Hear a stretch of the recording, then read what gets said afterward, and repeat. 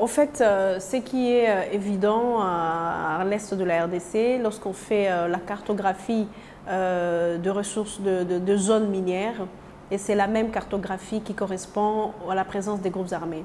Partout où il y a des gisements, partout où il y a des mines d'or ou des mines de coltan, de cassitérite, bref, en général, là où il y a les mines, le minerai, et c'est là la zone de concentration de groupes armés. Les groupes armés qui parlent de groupes armés, il y a des groupes armés étrangères, il y a des groupes armés étrangers, il y a des groupes armés congolais. Évidemment, on parle de Maï Maï, on parle de Raïa Mutomboki, on parle de ADF Nalu qui sont d'origine ougandaise et qui sont également, il y a aussi des FDLR qui sont de groupes armés du Rwanda.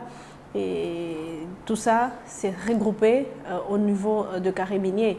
Vous ne pouvez pas trouver de groupes armés dans telle zone, là où il n'y a pas de minerais. Ce qui signifie tout simplement, ce qui explique l'intérêt de ces groupes armés, c'est l'exploitation de minerais. C'est cette exploitation de minerais qui constitue leur force et leur financement. Ils échangent le minerai contre les armes.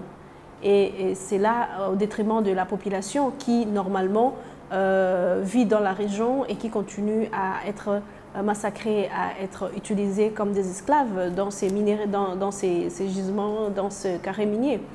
Qu'est-ce qui se passe par rapport aux creuseurs? Ce sont des creuseurs, ce sont des groupes armés qui contrôlent ces zones. Et ces zones-là sont des zones qui produisent des minéraux non contrôlés. Et lorsqu'on parle de sites verts, c'est-à-dire c'est des sites déjà tracés, qui respectent maintenant la traçabilité parce que le gouvernement congolais a mis sur place un programme de traçabilité de minerais.